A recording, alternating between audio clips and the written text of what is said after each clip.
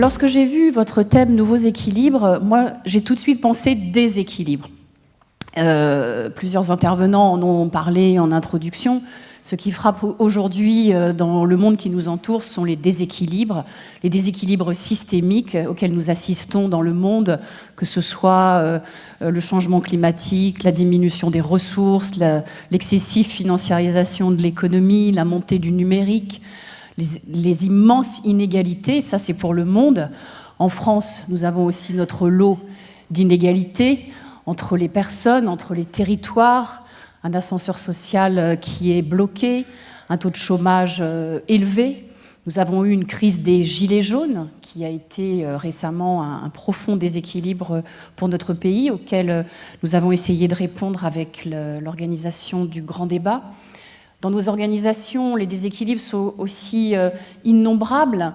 S'agissant des enjeux stratégiques, l'ubérisation ou à tout le moins l'obsolescence accélérée de nos business models, la grande inadéquation de nos systèmes numériques qui sont partout à la traîne des besoins tant internes que ceux de nos clients, la crise de l'engagement également, avec les millennials, mais pas seulement.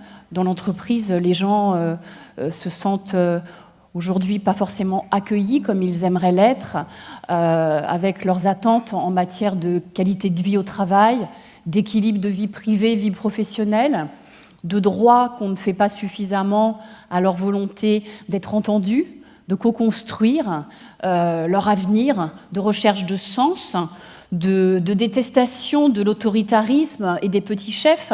Un sondage d'Opinionway récemment, je lisais hier, montre que 88% des salariés trouvent qu'il y a trop de petits chefs dans les entreprises. Donc tout ça, ça crée beaucoup de désengagement, beaucoup de déséquilibres. Et ces déséquilibres, pour moi, c'est presque, tant ils sont nombreux, une déflagration. Et c'est quelque chose qui fait peur.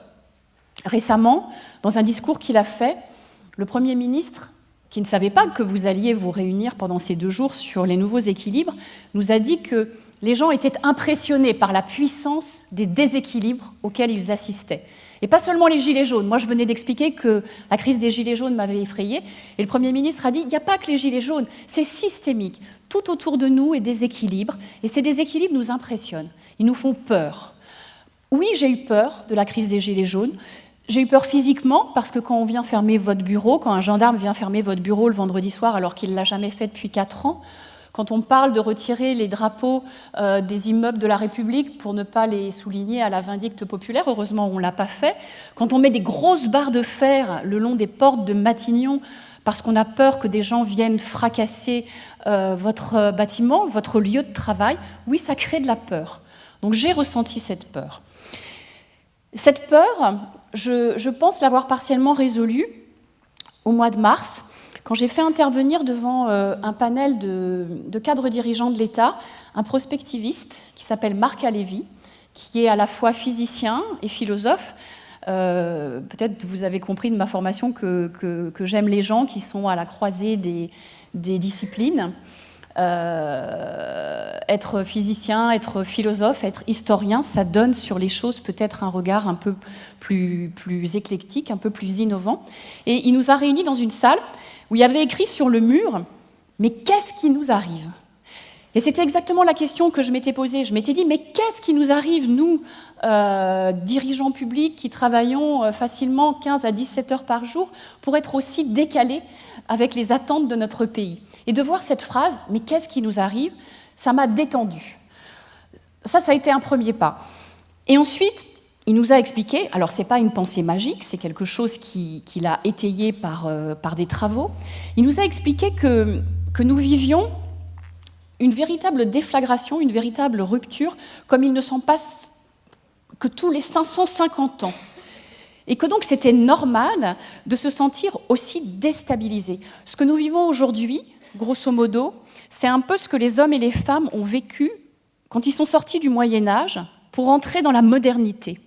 C'était à peu près entre 1350 et 1500. Aujourd'hui, nous vivons l'achèvement du cycle de la modernité, dont on voit qu'il est à bout de souffle et dont les prospectivistes nous prédisent la sortie vers 2050. On espère une sortie vers le meilleur, vers un nouveau cycle plus stabilisé et plus épanouissant. Mais toujours est-il que nous sommes dans l'œil du cyclone, nous sommes au point de rupture entre deux grands cycles de 550 ans et aucun ancien vivant ne peut nous conseiller parce que les gens qui pourraient nous conseiller, ils sont morts depuis près de 500 ans. Et donc ça, je dirais, mes dirigeants, ceux dont je m'occupe, et moi, on est ressortis de là en se disant « Ah bah alors c'est normal de se sentir aussi fragilisé avec autant d'enjeux qui nous paraissent extrêmement difficiles à adresser. » Alors, sortis de là, moi j'ai envie de vous proposer, en face de ce déséquilibre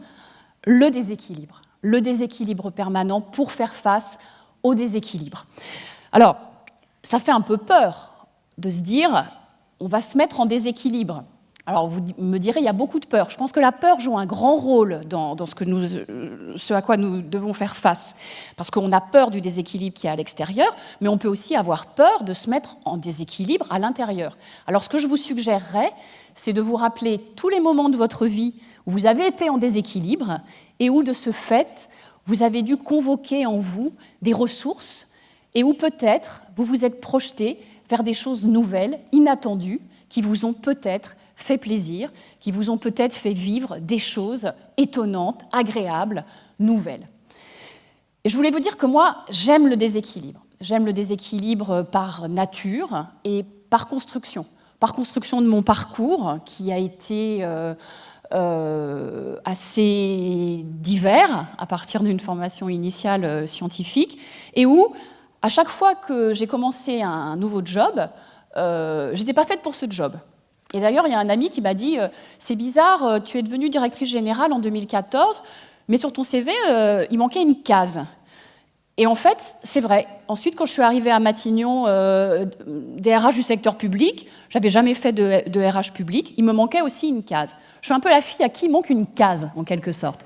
Mais c'est une chance énorme, parce que quand il vous manque une case, bah, vous êtes obligé d'aller puiser dans des ressources pour être à la hauteur, puiser dans vos ressources et aussi de vous tourner vers l'extérieur en admettant que vous ne savez pas et que les autres savent mieux que vous. Donc voilà, être la fille à qui il manque une case, je crois que ça a été pour moi une vraie chance. Et ça m'a permis de, peut-être comme M. Jourdain, de développer des réflexes de déséquilibre qui m'ont été utiles dans ma vie professionnelle et dont je pense qu'en les amplifiant, parce que bien sûr, moi j'ai fait petit et nous tous, maintenant il faut que nous fassions grand, dont je pense que ces réflexes sont indispensables pour faire face au déséquilibre, à la déflagration extérieure. Alors, ces déséquilibres à gérer, il me semble, par ordre de complexité croissante, que le premier, c'est se dire qu'on ne sait pas, se dire qu'on ne sait rien et que nous devons observer.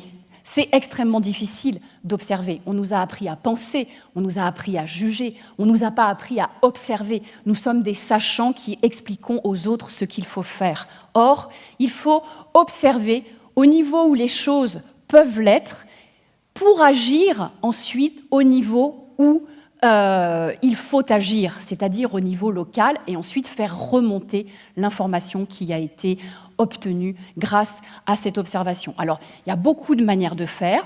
Nous, par exemple, on a fait du mécénat de compétences auprès de l'économie sociale et solidaire. On a fait descendre des hauts potentiels, des hauts fonctionnaires, pour qu'ils aillent vérifier sur le terrain comment nos réglementations emmerdaient au jour le jour les innovateurs sociaux, les empêchaient d'innover, les empêchaient de mettre en œuvre des modèles nouveaux, tant nos réglementations étaient pléthoriques, incompréhensibles, bloquantes. Et aujourd'hui, sur le terrain, il y a des hauts fonctionnaires qui aident des associations de l'économie sociale et solidaire dans tous les domaines, et elles en sont ravies. Le mot « emmerder », c'est pas moi qui l'ai dit, c'est mon chef, le secrétaire général du gouvernement, au fameux séminaire dont je parlais tout à l'heure où j'ai fait intervenir Marc Alévi. Il nous a dit « il faut que vous arrêtiez d'emmerder les Français ». Et pour ça, il faut aller voir ce que les Français vivent, il faut descendre dans l'arène, il faut observer. Voilà. Le deuxième point, c'est, compte tenu du fait que tout va très vite à l'extérieur, il faut modifier nos façons de travailler. Alors c'est un mot un peu vague, mais profondément, il faut modifier la manière dont nous partageons l'information, dont nous prenons nos décisions, dont nous élaborons nos stratégies. Il faut aller plus vite et il faut réactualiser plus périodiquement. Lorsque j'étais DG d'AFNOR Certification, on faisait des séminaires stratégiques tous les 2 ans et on remettait la stratégie sur le métier tous les ans. Aujourd'hui, le rythme s'est accéléré. On fait des séminaires chaque année et il faut faire des points d'alignement tous les 3 mois pour voir ce qui est sur la pile, quelles sont les priorités stratégiques du moment. Ça, c'est essentiel si on veut ne pas être en retard dans cette course qui s'est accélérée. Et enfin, là, c'est beaucoup plus difficile, il faut aussi s'attaquer à nos organisations qui sont devenues des plats de spaghettis. Pour l'État, j'en atteste, nous avons en face de nous des plats de spaghettis, des embroglios, mais je crois que nous n'avons rien à envier aux grandes entreprises dont un certain nombre d'entre vous ici êtes les représentants. Une étude du BCG dit que depuis les années 60, le niveau de complexification a été multiplié par 6 et qu'en face, nos organisations ont multiplié leurs complications par un facteur de 35. 75% des entreprises sondées disent que ça leur pose un sérieux problème. Et 50% des entreprises sondées disent qu'elles sont arrivées à un niveau critique de complications qui les embolise, qui les empêche de réorganiser. Alors là, il y a aussi tout un tas de choses à faire, et notamment réfléchir, il y a des entreprises qui réfléchissent à ça, à passer de la fonction au rôle, ce qui permet, dans les moments de réorganisation, d'être plus agile pour faire évoluer ces organisations. Dans ces 3 domaines, je pense que nous, les DRH, nous avons un grand rôle à jouer. Alors, les DRH privés comme les DRH publics, nous sommes très embolisés par de la quincaillerie, vous, par un droit que nous vous imposons et qui parfois est très changeant, très mouvant, pour le meilleur, certes, mais c'est quand même assez difficile à absorber. Et puis vous gérez LBO, vente, rachat, PSE, plan de départ volontaire. Tout ça, ça crée énormément d'activités. Vous avez une énorme charge juridique, administrative, de relations sociales. Je sais que vous faites d'autres choses, mais ces autres choses, il faut les intensifier, de mon point de vue. Il faut intensifier la gestion des talents. Donc finalement, on a dit que j'allais parler de gestion des talents. Je ne vais pas en parler énormément, mais c'est parce que mon collègue, le général Hübscher, en parlera bien mieux que moi tout à l'heure. La manière de sourcer, la manière d'évaluer, la manière de former sur les compétences clés qui permettent de gérer ces déséquilibres, que sont la capacité à prendre des risques, la capacité à responsabiliser, à faire travailler le collectif, à penser out of the box, à prendre du feedback, à en donner, qui sont ces soft skills sur lesquels on a tellement de mal à progresser. Donc ça, c'est essentiel. La deuxième chose, c'est en étant exemplaire dans nos directions des ressources humaines, et ça, je sais que la plupart d'entre vous, vous l'êtes, en mettant en œuvre des modalités plus agiles de travail avec vos clients internes, en mettant en place, par exemple, des labs RH, c'est-à-dire montrer au métier que vous faites les choses que vous avez envie qu'ils fassent. Et enfin, c'est être un business partner. Alors c'est mieux en anglais business partner que partenaire métier. Être un business partner, c'est essentiel.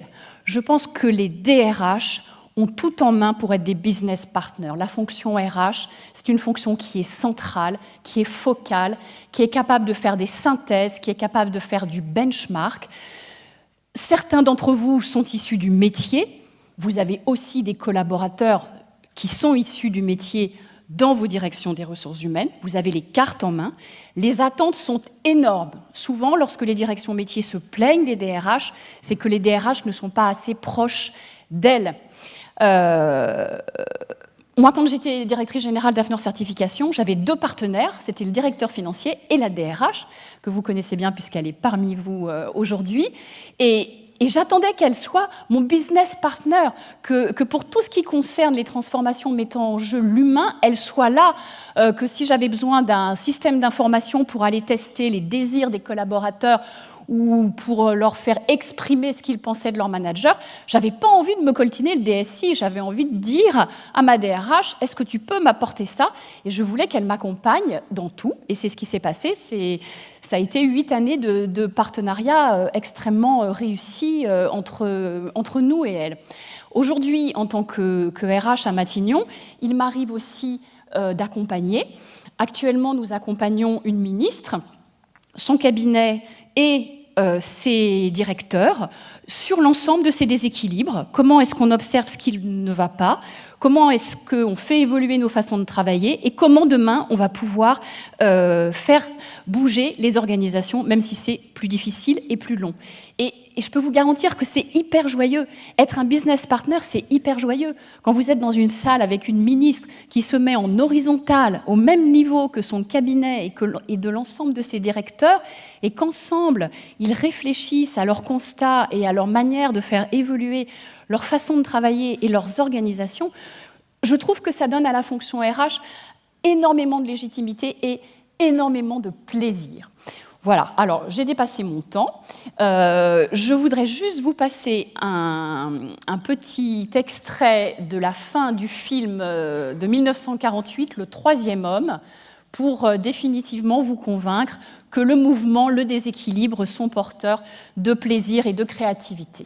On n'est pas l'air si accablé. Au fond, tout ça n'a rien d'affreux. Tu sais ce qu'un écrivain a dit un jour? En Italie, durant 30 ans, ils ont eu les Borgia, la guerre civile et la terreur. On vous tuait pour un rien, mais ils ont produit Michel-Ange, Léonard de Vinci et la Renaissance. Tandis qu'en Suisse, ils ont pratiqué la fraternité. Ils ont connu durant 500 ans la démocratie et la paix, et ils ont produit une pendulette qui fait coucou. Au revoir, Johnny.